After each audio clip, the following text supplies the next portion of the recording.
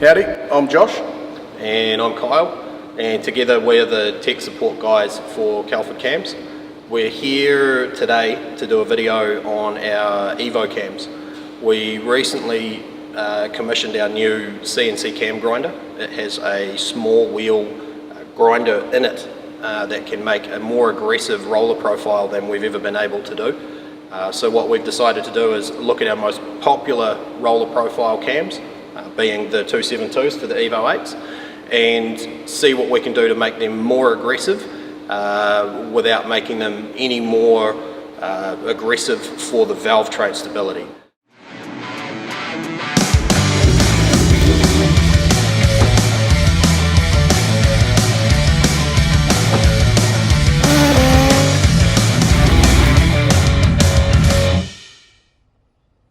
So we've got here our test car, 2003 Evo 8, stock 2-litre car. As far as the engine's concerned, it's been daily driven and will be a really good test bed for us to compare our 272s that are currently fitted to the car to our development cams and prototype cams that we're hoping to see some good gains for on the dyno. For a little bit more about the technical differences between the cams, I'll pass you on to Josh.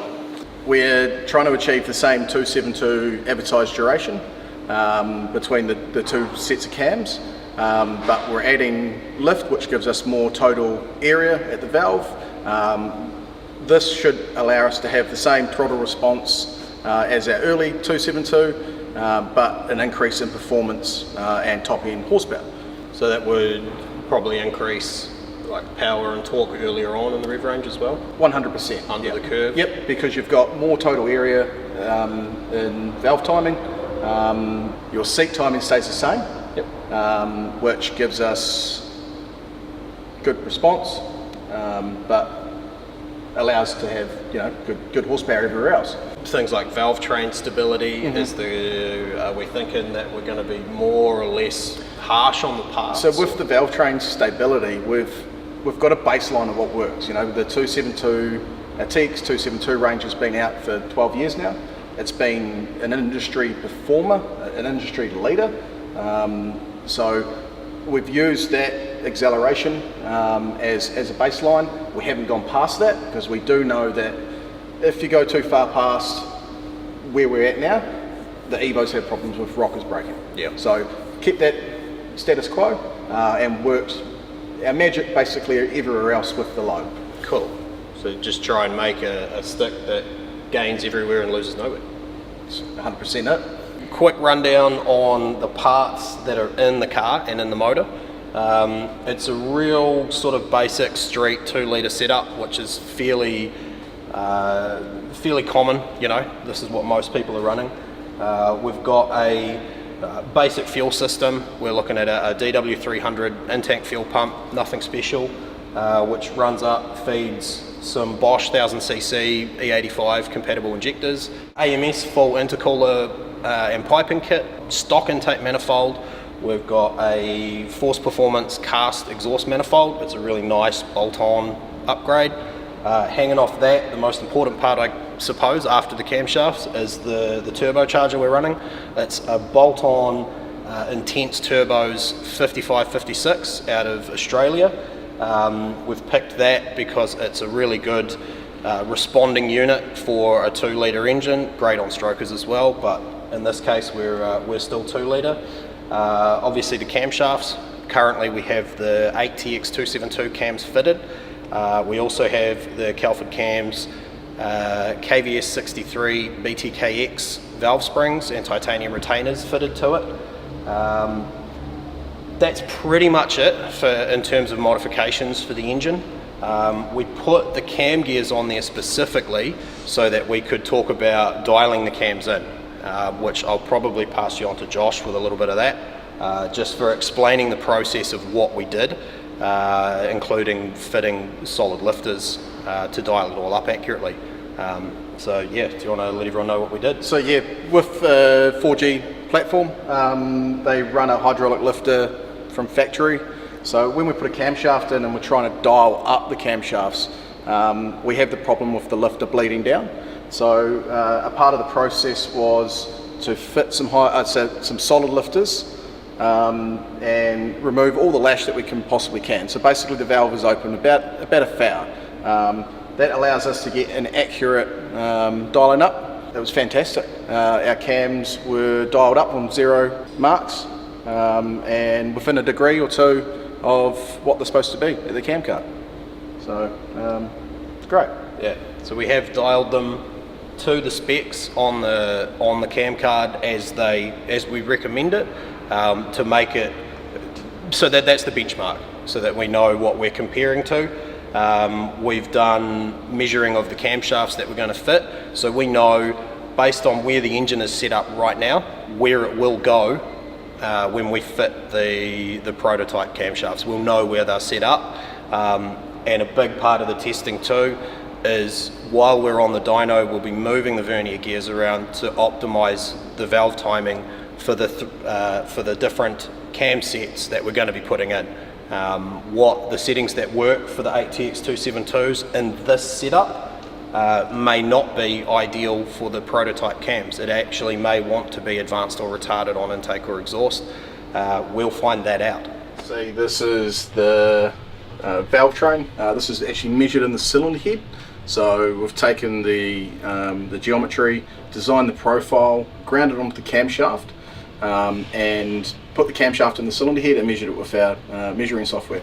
As you can see, the total timing is still the same, so 272, but we've increased our total area up here. Also a little bit above 50 thou down here, so it will equal being a great performance upgrade. So we've got a little bit to do. We will need to finish the car off. We've got a couple of days left, so yeah, we should probably get stuck into it at this point. Get moving, get it sorted. Yeah. Friday's dyno day, so we've got to get cracking. Yeah.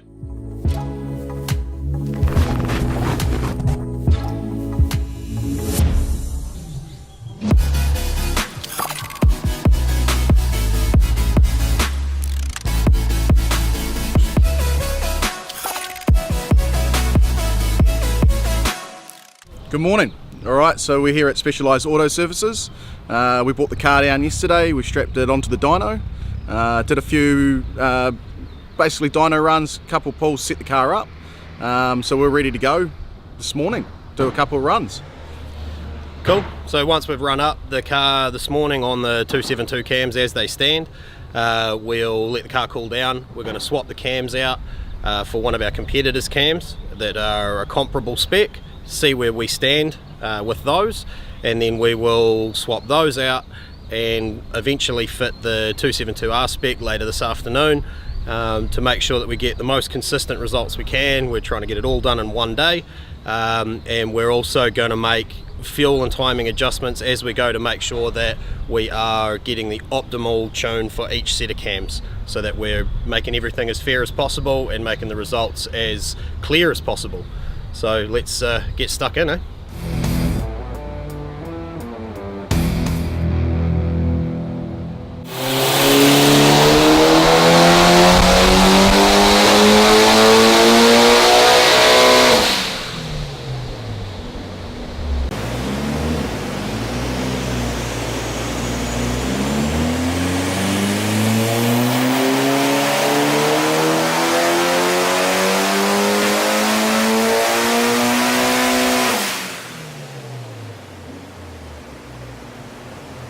Alright, so first runs on the 272 cams are done.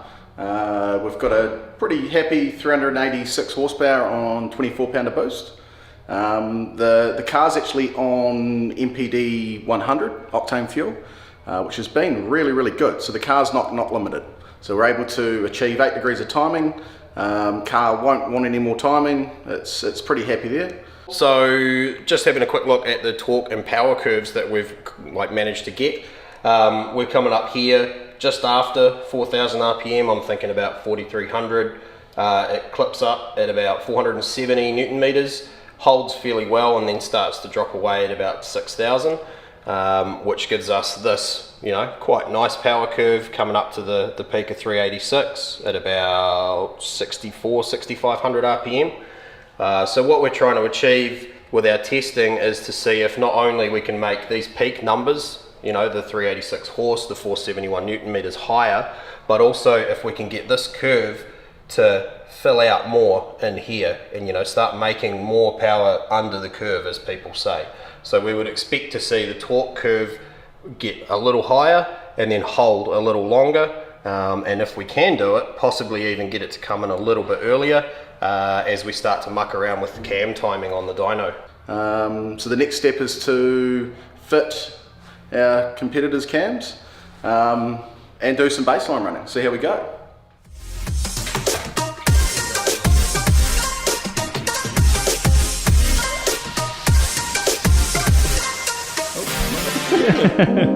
Other cams? The other cams, yeah. Alright, so we've just put the other cams in. Start up the car and do some runs, I suppose.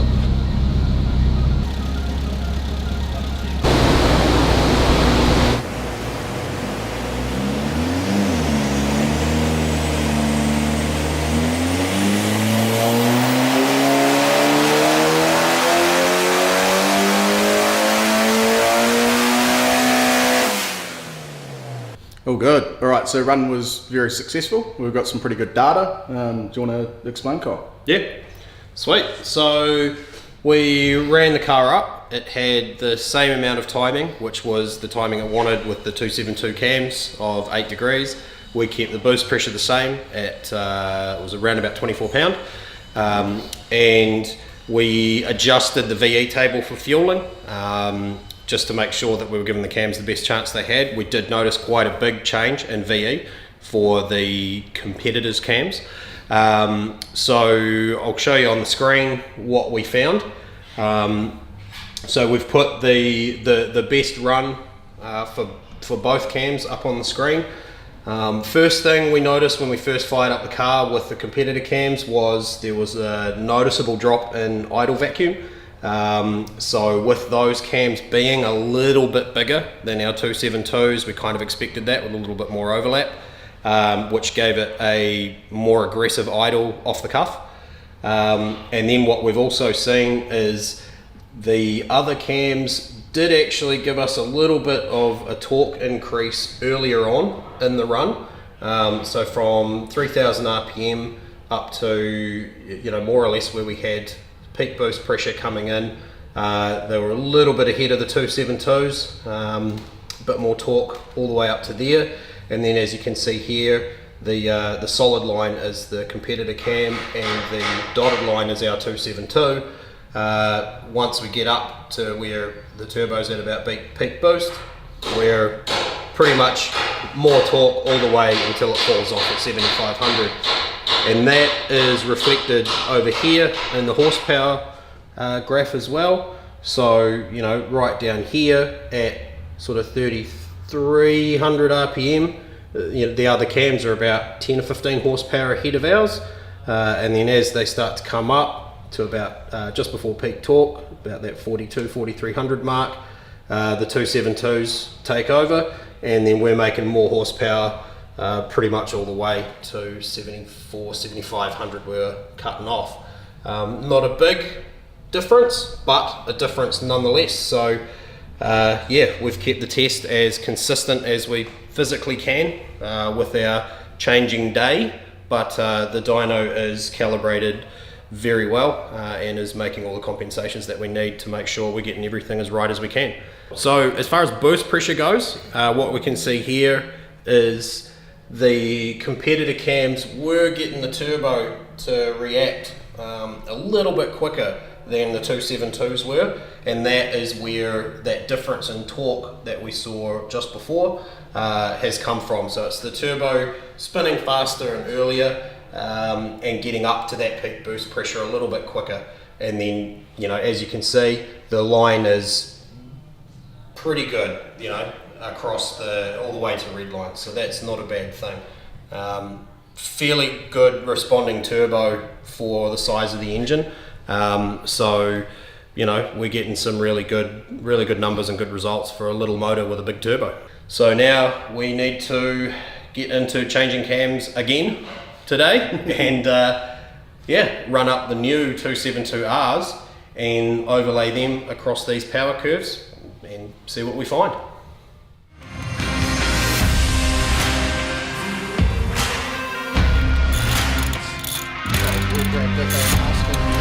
Just want to figure out.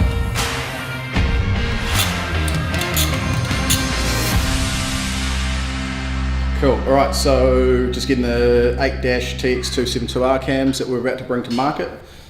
These are our new design that we're testing today. We're just currently removing the steel cams, which we found out steel doesn't make any more horsepower. So we're going to get these in place, and get some baselining happening, and hopefully some good results this afternoon. So we've just about got the new 272R cams in. Last few bolts getting done up. What we're hoping to see is more horsepower than our 272s total number, more torque, and preferably seeing that torque a little bit earlier and holding it for a little bit longer. So basically a torque and power curve that is up on the 272s everywhere. We'll probably find out in about half an hour. Yep, we're happy here. All right, so we've just installed the 272Rs. About to start the car, see how it goes. So I'll get it going. We'll do a bit of calibrating, and then get into some dyno pulls. So stay tuned.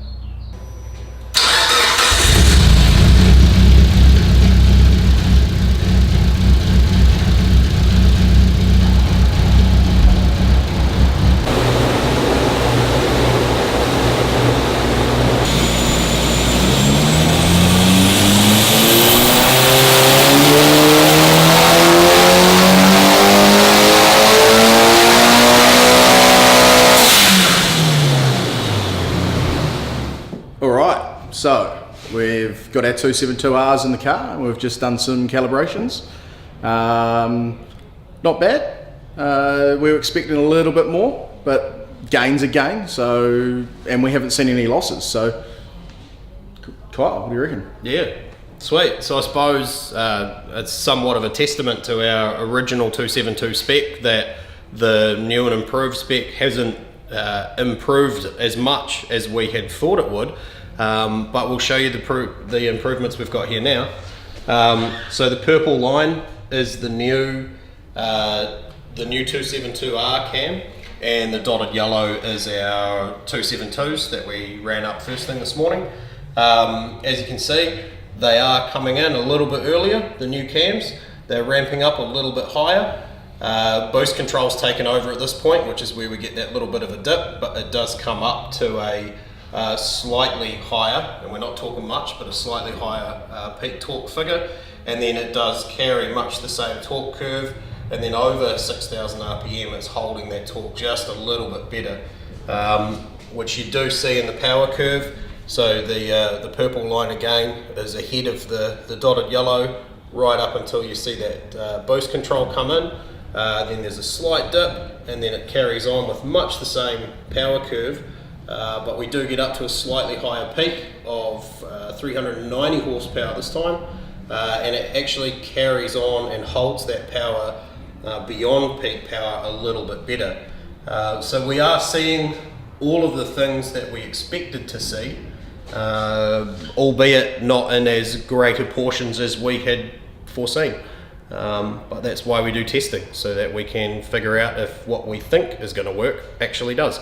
So yeah, that's pretty much it. That's calling it a day for this testing, I think.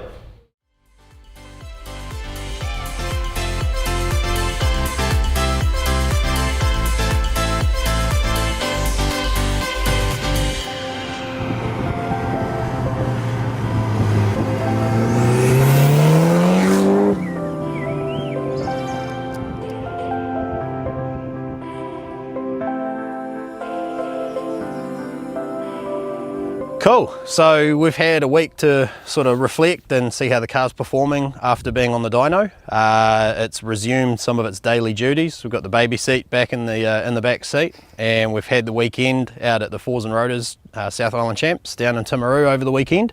Car's performed really well. It's super responsive and carries power all the way to the red line really good, much like what we saw on the dyno graphs. With a little bit of talking and debriefing and losing sleep, Josh and I sort of thought about it a bit more, and what we think we've found is that all three of the cam sets that we've tested were probably a little bit too much camshaft for this particular engine and setup, which is why we maybe didn't see as bigger increases as we were hoping to see with the new cams. But what we're sort of thinking is that if you were a couple of 100 horsepower down the road, say more like a 600 horsepower engine build, that you would see all those gains that we got would be in greater proportions everywhere. Yeah, do you want to sort of elaborate a bit more on the mods that people would want? Yeah, for sure. So engines with like maybe a stroker kit, 2.2, 2.3 litre stroker would be pretty much ideal for this kind of cam package. Like Kyle was just saying, if the engine was making probably closer to the 600, 700 horsepower mark, these gains that we've seen are going to be quite a lot bigger up.